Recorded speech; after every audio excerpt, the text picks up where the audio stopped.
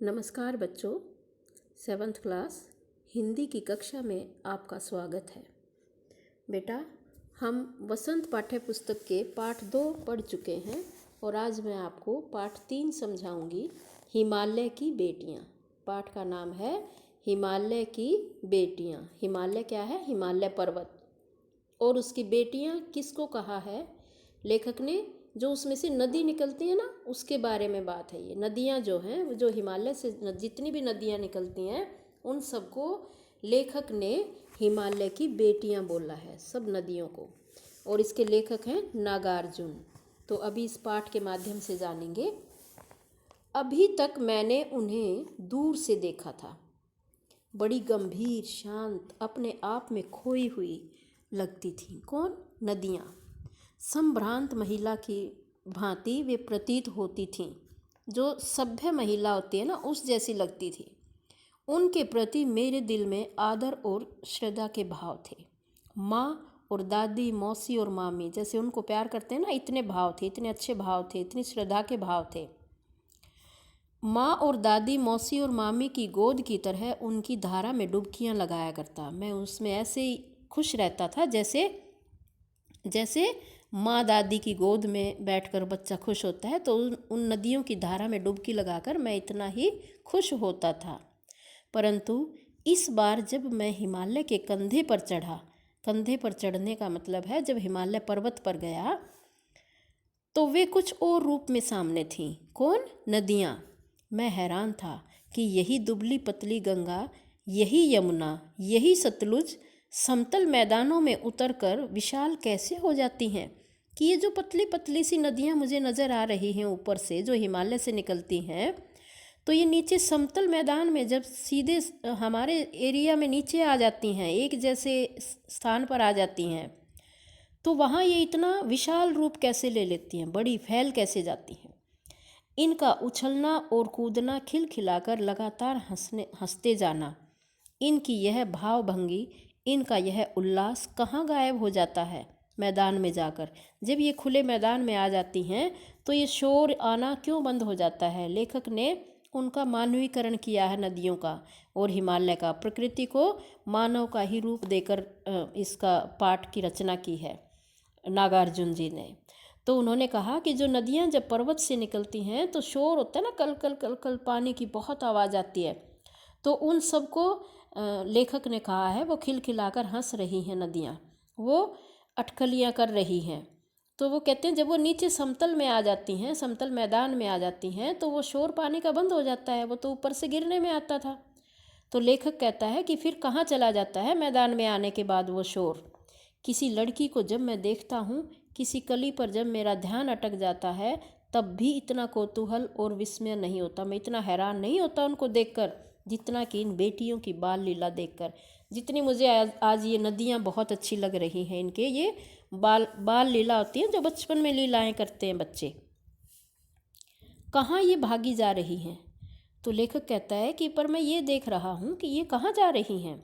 वह कौन लक्ष्य है जिसने इन्हें बेचैन कर रखा? भाई किसके पास जाना चाहती हैं? अपने महान पिता का विराट प्रेम पाकर भी अगर इनका हृदय अतृप्त ही है, तो वह कौन होगा जो इनकी प्यास मिटा सकेगा? अतृप्त होता है जो तृप्त ना कर सके, जो प्यासा हो अभी भी, जो संतुष्ट ना हो।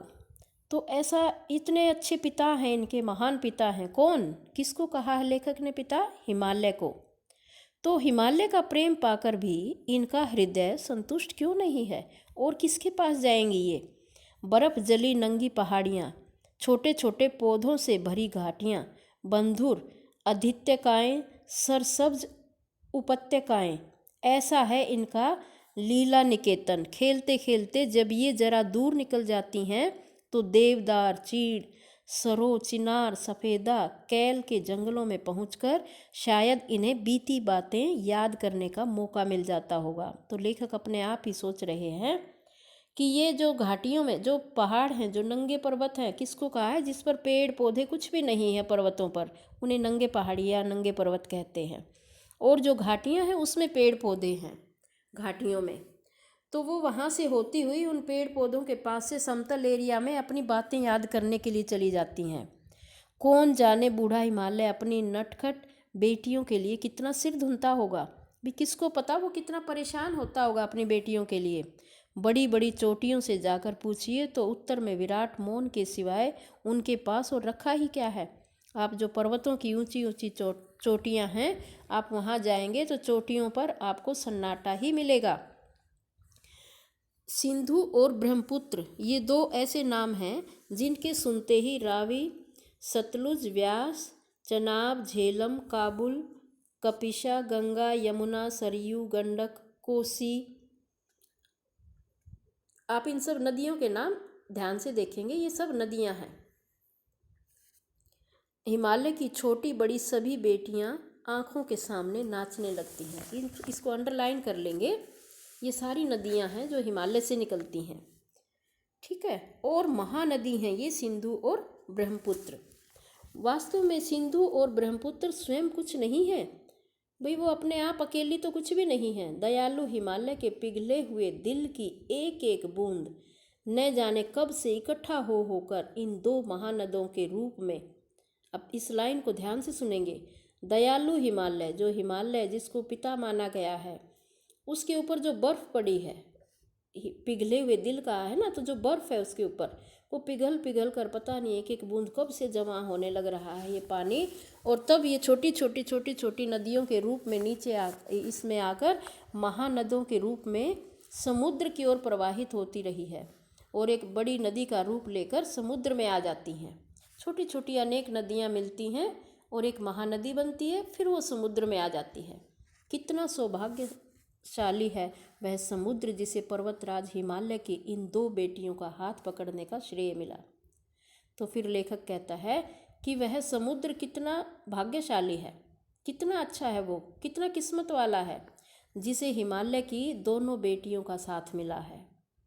जिन्होंने मैदानों में ही इन नदियों को देखा होगा, उनके ख्याल में शायद ही यह बात आ सके कि बूढ़े हिमालय की गोद में बच्चियां बनकर ये कैसे खेला करती हैं। अब जो मैदानी इलाके में रहते हैं, जो समतल मैदान में रहते हैं, तो उनके लिए तो ये बड़ा कल्पना ही कर सकते हैं वो कैसे किया होगा, कैसे रहते होंगे वहाँ। माँ बाप की गोद में नंग धड़ंग होकर खेलने वाली इन बालिकाओं का रूप पहाड़ी आदमियों के लिए आकर्षक भले न हो।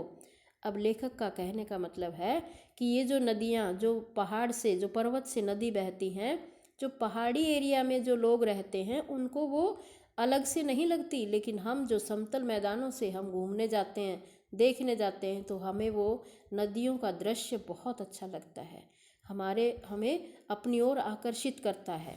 लेकिन मुझे तो ऐसा लुभावना प्रतीत हुआ वह रूप कि हिमालय को ससुर और समुद्र को उसका दामाद कहने में कुछ भी झिझक नहीं होती है।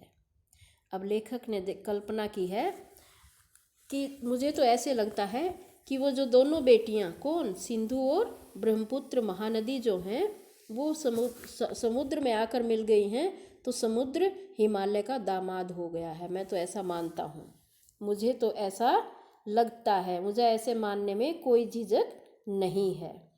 आगे देखिए, कालिदास के विरही यक्ष ने अपने मेघदूत से कहा था, कालिदास के विरही यक्ष ने अपने मेघदूत से कहा था, वेत्रवती नदी को प्रेम का प्रतिदान देते जाना, तुम्हारी वह प्रेयसी तुम्हें पाकर अवश्य ही प्रसन्न होगी जो तुम्हें प्यार करती है, प्रेयसी। यह बात इन चंचल नदियों को देखकर मुझे अचानक याद आ गई और सोचा कि शायद उस महाकवि को भी नदियों का सचेतन रूपक पसंद था।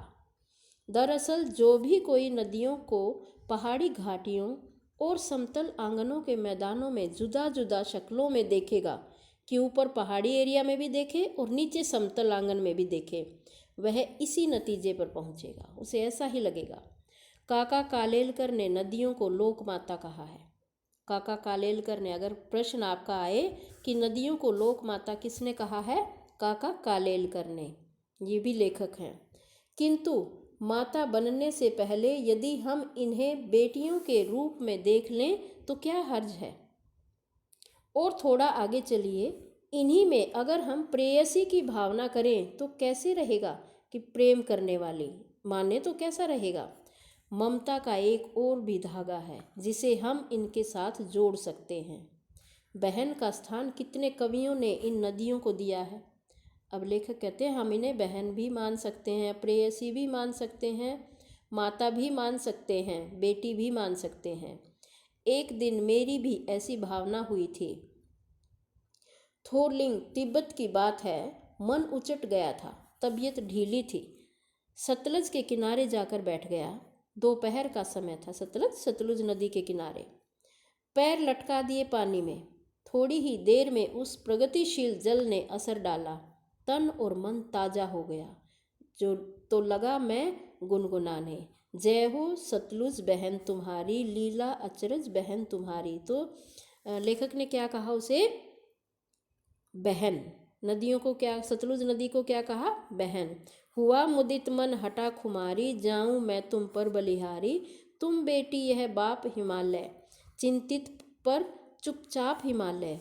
प्रकृति नटी के चित्रित पट पर, अनुपम अद्भुत छाप हिमालय। जय हो सतलज बहन तुम्हारी। तो इसका ये अर्थ तो इसका समझ आ ही गया होगा आपको। तो लेखक ने इसे क्या कहा है? अपनी बहन। कौन सी नदी को कहा? सतलुज नदी को। कौन सी नदी को? सतलुज नदी को। आज के लिए इतना ही, बाकी कल करेंगे। धन्यवाद।